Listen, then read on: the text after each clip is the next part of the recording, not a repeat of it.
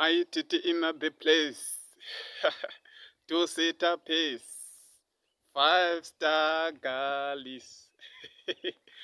Guys, chiri kubvira chisati chabuda ichi. Ndisati ndapinda munyaya yangu ka. Ndoda kuti kwaziwai mese kwamuri. Munofara here kumativi mana enyika kwese kwamuri. Ndichiti kana wanga usati wasubscribe to this channel ka. Please subscribe and click a notification bell. Kuitira padera nechinyuwani musadarikirwa. Ichi chinyuwani ichi.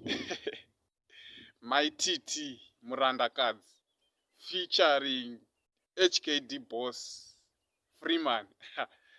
Ndatichifamba mumastate ndobva ndasangana nawo nacho. Tichiri kubigwa zvacho. Hachisati chabuda. Saka ndoti kumafans ose amai TT. Get ready. Chiri kuuya chingoma icho. Pamwe chete nemafans futi aFreeman. Gadzirayo mana kusipakwa nengoma rakanyanya.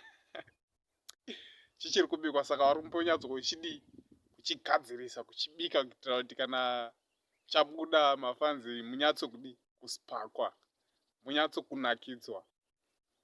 Tinofara kana vaimbi vedu vachiitawo makolabho seizvi. Zvofadza chaizvo chaizvo. Because totosvira kuti Ningi aitawo kolabho naNingi. Ningi aitawo kolabho naNingi. Zvofadza chaizvo chaizvo. Saka guys gadzirirai ngoma riri kuuya iro. My TT featuring HKD Boss Freeman. Chakanyanya chingoma. Ndo chandangoya nacho guys kuti ningokuupdate kuti garai makagadzirira. Ngoma riri kuuya. Thank you guys. Chiti kana wanga usati wasubscribe to this channel, please subscribe and click your notification bell. Kuitira panongo uploada video. Haudarikiri wobva watongoona video latest. Thank you guys.